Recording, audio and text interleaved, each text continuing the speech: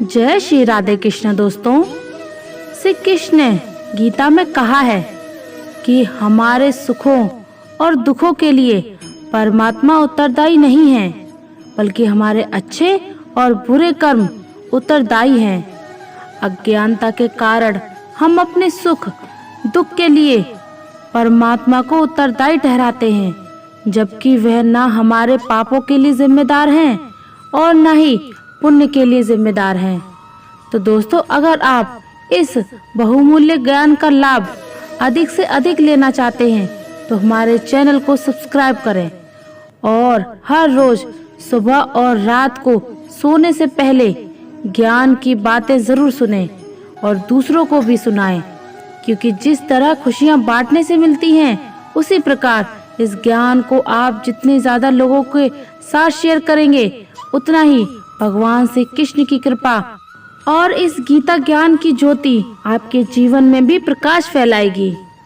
दोस्तों, वाल्मीकि ने रामायण के युद्ध कांड में कहा है कि रावण के मारे जाने के बाद जब हनुमान लंका में सीता को राम की विजय का समाचार सुनाने गए, तब सीता ने हनुमान से कहा, मैंने ये सब दुख पूर्व जन्म के किए हुए कर्मों के कारण ही पाया है, क्योंकि अपना किया हुआ ही भोगा जाता है।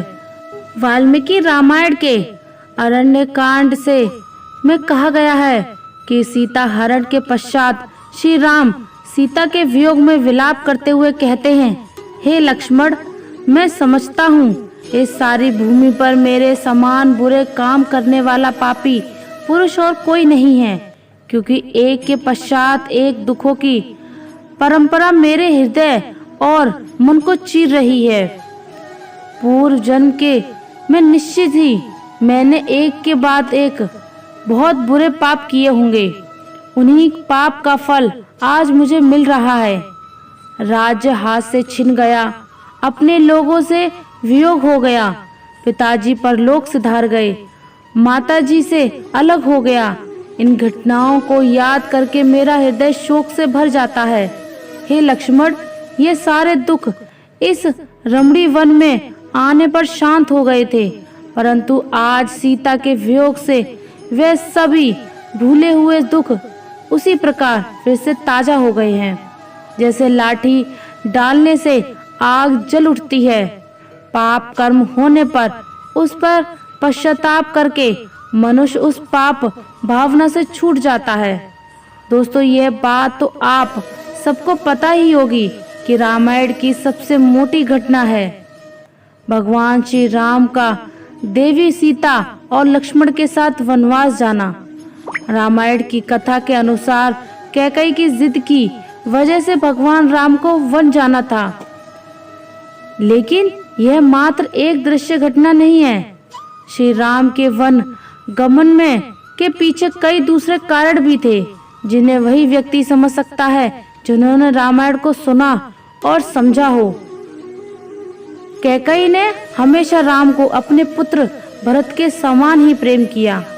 कभी भी कैकेयी ने राम के साथ कोई भेदभाव नहीं किया। यही वजह थी कि जब राम के वन जाने की वजह का पता भरत को चला तो वे हैरान हो गए थे कि माता कैकेयी ऐसा कैसे कर सकती हैं। और सच भी यही था कि कैकेयी ने ये जानबूझकर ही नहीं किया था, इनसे ये काम देवताओं ने करवाया था। यह बात रामचरितमानस के इस दोहे से स्पष्ट होती है। भगवान राम का जन्म रावण वध करने के उद्देश्य से हुआ था। अगर राम राजा बन जाते तो देवी सीता का हरण और इसके बाद रावण वध का उद्देश्य अधूरा रह जाता। इसलिए देवताओं के अनुरोध पर देवी सरस्वती कैकेयी की दासी मंथरा की मति फेर देती है। मंथरा आकर कैकेयी का कान भरना शुरू कर देती है कि राम अगर राजा बन गए तो कौशल्या का प्रभाव ज्यादा जाएगा, इसलिए भरत को राजा बनवाने के लिए तुम्हें हठ करना चाहिए। मंथरा की जुबान से देवी सरस्वती बोल रही थी, इसलिए मंथरा की बातें कैकेयी की मति को फेरने के लिए काफी थी। कैकेयी ने खुद को कोप भवन में बंद कर लिया था। राजा दशरथ तब कैकेयी को मनाने पहुंचे तो कैकेयी ने भरत को राजा और राम को 14 वर्ष का वनवास का वचन मांग लिया। इस तरह भगवान राम को वनवास जाना पड़ा। इसके अलावा जो कारण है उसका संबंध एक श्राप से है। नारद मुनि के मन में एक सुंदर कन्या को देखकर विवाह की इच्छा जगी। नारद मुनि नारायण के पास पहुंचे और हरि जैसी छवि मांगी। हरि का मतलब विष्णु भी होता है, वानर भी। भगवान ने नारद को वानर मुख दे दिया। इस कारण से नारद मुनि का विवाह नहीं हो पाया। क्रोधित होकर नारद मुनि ने भगवान विष्णु को श्राप दे दिया कि आपको देवी लक्ष्मी का वियोग सहना होगा और वानर की सहायता से ही आपका वापस मिलना होगा। इस श्राप के कारण राम सीता का वियोग होना था, इसलिए भी राम को वनवास जाना पड़ा।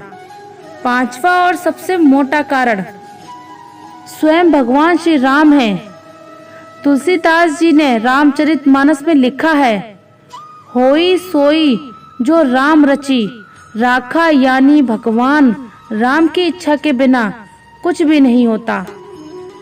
भगवान राम स्वयं ही अपनी लीला को पूरा करने के लिए वन जाना चाहते थे, क्योंकि वन में उन्हें हनुमान जी से मिलना था, शबरी का उद्धार करना था, धरती पर धर्म और मर्यादा की सीख देनी थी।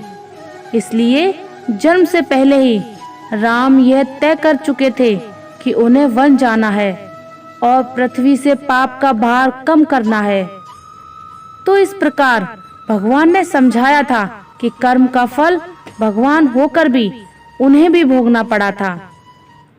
अपने किए हुए कर्म के फल से बचने का शास्त्रों में कहीं कोई उपाय नहीं बताया। पाप का फल अवश्य मिलेगा, यह सोचकर मनुष्य को कर्म करने से नहीं बचना चाहिए। लोग पूछते हैं कि कुकर्म से बचने के उपाय क्या हैं? अपने आप को ईश्वर के साथ होने से मनुष्य पाप कर्म से बच सकता है, यह जानकर कि ईश्वर हर समय मेरे साथ है, मेरे सभी कर्मों को देखता है तथा उसके अनुसार मुझे फल भी देता है, तभी मनुष्य दुष्कर्म से बच सकता है।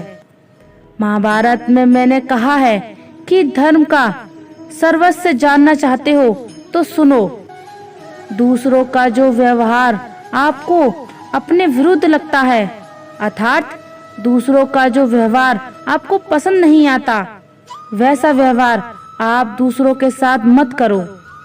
जैसे अग्नि अपने पास लाई लाठी को जला देती है, ऐसे ही वेद का ज्ञान मनुष्य को पाप की भावना को जला देता है।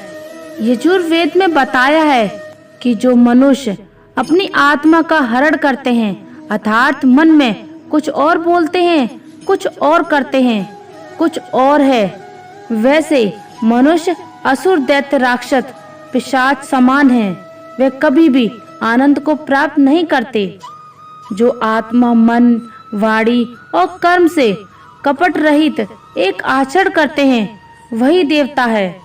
वैसा मनुष्य लोक और परलोक में सुख भोगते हैं।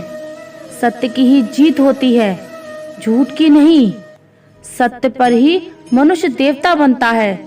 लोग सत्य पर चलकर ही परमात्मा को पाकर आनंद प्राप्त करते हैं। ईश्वर की न्याय अवस्था में जो किसी का जितना भला करेगा उसको उतना ही सुख मिलेगा, और जितना किसी का बुरा करेगा उतना ही उसे दुख मिलेगा। इस प्रकार सत्य और पश्चाताप रहित न्याय का आचरण तथा परोपकार के कार्य ही सुखरूप फल देने वाले हैं। क्रिया की प्रतिक्रिया का नियम शाश्वत है, इसे सर्वत्र देखा और अनुभव किया जा सकता है। क्रियाओं के जैसे बीज होंगे, वैसे ही फल परिणाम के रूप में सामने आएंगे। गेहूं का बीज गलता है, अपने अदृश्य असंख्य बीज पैदा करता है। आम का बीज गलता है, आम ही पैदा करता है। नियम का बीज गलता है, वह नियम का वृक्ष ही पैदा करता है। गेहूं के बीज से नीम का वृक्ष आया, ऐसा ना तो देखा गया और न ही सुना गया। प्रकृति के उपवन में कर्मफल व्यवस्था के उदाहरण सर्वत्र देखे जाते हैं। जब माली मन चाहे पुष्पों के लिए उनके पौधा लगाता है, तत्काल बिना किसी प्रकार के प्रतिदान की अपेक्षा किए उन्हें सींच रखता है, उनका पालन करता है। किसान भी इसी प्रकार के मनोयोग धैर्य का परिचय देता है। फल पाने में उतावला नहीं होता, क्योंकि उन्हें यह मालूम होता है कि समय पर फल मिलेगा। कर्मों का सुनिश्चित फल, लेकिन कुछ मानवीय कृत्य ऐसे होते हैं जिनका तत्काल फल नहीं मिलता। भले कर्मों के सुनिश्चित परिणाम होते हुए भी परंतु मिलते न देखकर कितने ही व्यक्ति उस शाश्वत व्यवस्था पर उंगली उठाते संदेह करते हैं जिसे कर्मफल सिद्धांत के रूप में जाना जाता है। कितने व्यक्ति तो धरती तथा उनकी नियम व्यवस्था पर भी आशंका व्यक्त करते लगते हैं। उन्हें ये बात भली भांति जाननी चाहिए कि भगवान किसी को न तो दंड देना चाहते हैं और न पुरस्कार। वह केवल विधि व्यवस्था का विधायक और नियंता मात्र हैं। सृष्टि की कर्म वृंद और समस्ता को बनाए रखते हैं। व्यक्तिगत जीवन में उसका हस्तक्षेप नहीं। हर किसी को उसने यह पूरी आजादी दी है कि जो चाहे जिस तरह सोचे या करे। साथ ही विवेक का अनुदान देकर यह भी स्पष्ट कर दिया है कि चिंतन कर्तव्य का स्तर ही उसके सामने दंड पुरस्कार के रूप में सामने आएगा। स्वतंत्रता दिशा अपनाने पर की जाती है, पर जो गलत मार्ग पर चलेगा वह चुभन से बच ना पाएगा। दोस्तों, आपके मन में ये सवाल जरूर आता होगा कि क्या अच्छे कर्म करके बुरे कर्मों का असर खत्म किया जा सकता है? जब श्री कृष्ण महाभारत के युद्ध पश्चात लौटे तो गुस्से से भरी रुक्मणी ने उनसे पूछा, बाकी सब तो ठीक था, किंतु आपने द्रोणाचार्य और भीष्म पितामह जैसे धर्मपरायण लोगों के वध में क्यों साथ दिया? तब श्री कृष्ण ने उत्तर दिया, यह सही है कि उन दोनों ने जीवन पर धर्म किया, किंतु उनके किए गए एक पाप ने उनके सारे पुण्य को हर लिया। तब रुक्मणी ने भगवान श्री कृष्ण से पूछा, वह कौन से पाप थे? श्री कृष्ण ने रुक्मणी से कहा, जब भरी सभा में द्रौपदी का चीरहरण हो रहा था तब ये दोनों भी वहां उपस्थित थे और यह दुशासन को आज्ञा भी दे सकते थे, उसे ऐसा करने से मना कर सकते थे, किंतु उन्होंने ऐसा नहीं किया। उनका इस एक पाप से बाकी धर्म निष्ठ हो गए।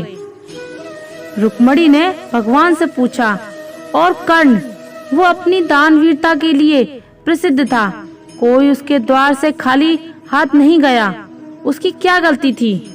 श्री कृष्ण ने कहा, वह अपनी दानवीरता के लिए विख्यात था और उसने कभी किसी को ना नहीं कहा, किंतु जब अभिमन्यु सभी युद्धवीर को धूल चटाने के बाद युद्ध क्षेत्र में आहत हुआ भूमि पर गिरा हुआ था, तो उसने कर्ण से जो उसके पास पानी था वो मांगा। कर्ण जहाँ था उसके पास पानी का एक गड्ढा था, किंतु कर्ण ने मरते हुए अभिमन्यु को पानी नहीं दिया। इसलिए उसका जीवन भर दानवीरता से कमाया हुआ पुण्य नष्ट हो गया। बाद में उसी गड्ढे में उसके रथ का पहिया फंस गया और वह मारा गया। अक्सर ऐसा होता है कि हमारे आसपास कुछ गलत हो रहा होता है और हम कुछ नहीं करते। हम सोचते हैं कि इस पाप के भागी हम नहीं हैं, किंतु मदद करने की स्थिति में होते हुए भी कुछ न करने से हम उस पाप के उतने ही हिस्सेदार हो जाते हैं। किसी स्त्री, बुजुर्ग, निर्दोष, कमजोर या बच्चे पर अत्याचार होते देखना और कुछ न करना हमें पाप का भागी बनाता है।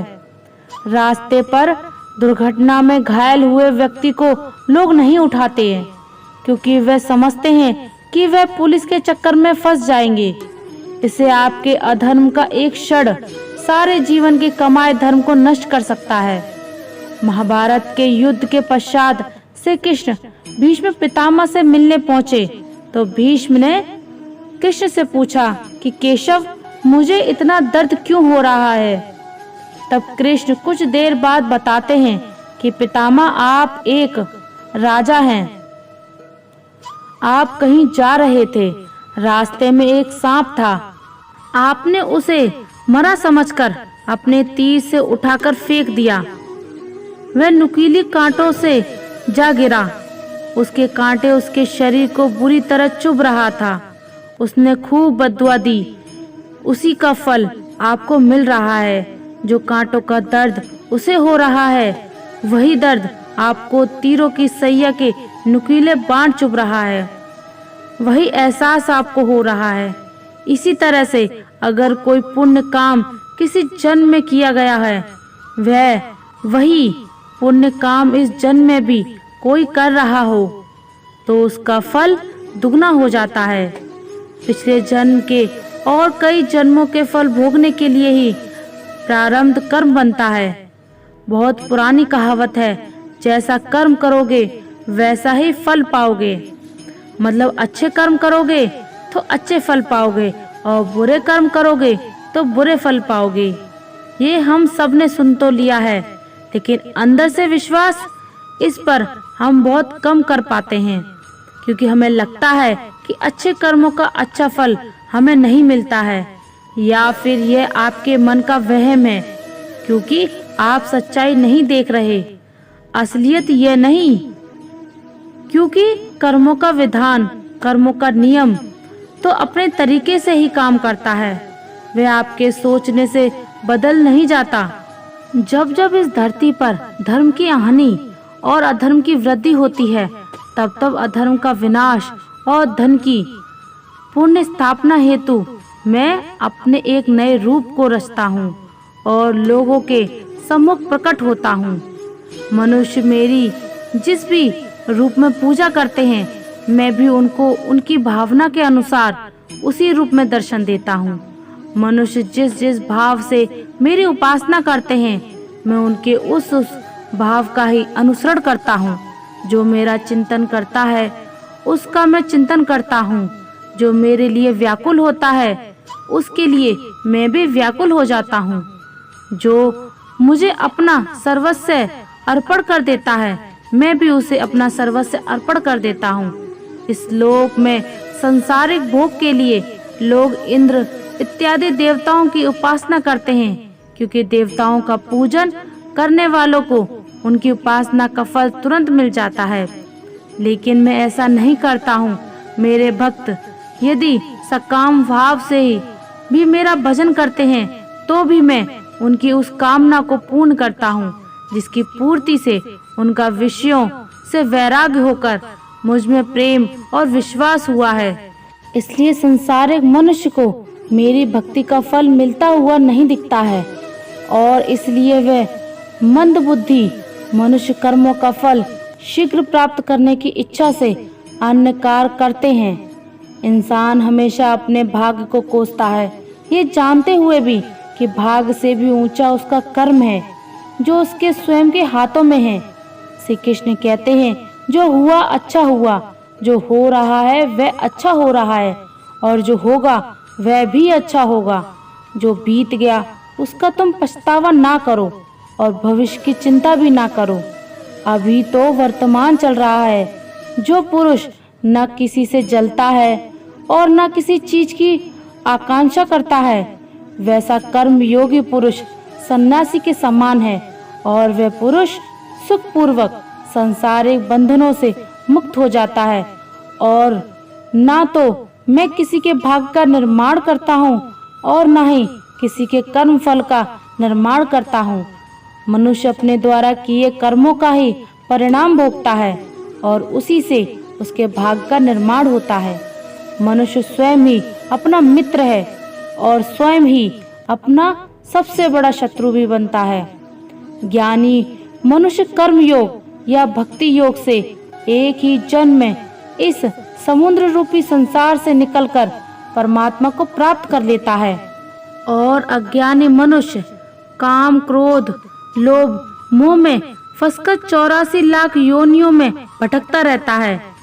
प्रिय दोस्तों, आपने हमें बहुत प्यार दिया और आपका यह प्यार हमेशा बनाए रखें और आपके जीवन में ऐसा ही ज्ञान अर्जित करते रहें। यही ज्ञान आपको जीवन में सफल बना सकता है। जो मन से इस ज्ञान को सुनेगा, समझेगा और अपने जीवन में उतारेगा, उस मनुष्य के जीवन में कितना भी दुख क्यों ना आए, वह उसे हंसते हंसते पार कर देगा। ऐसा ही वीडियो और पाने के लिए हमारे चैनल को सब्सक्राइब जरूर करें और वीडियो को लाइक करें। धन्यवाद। जय श्री राधे कृष्णा।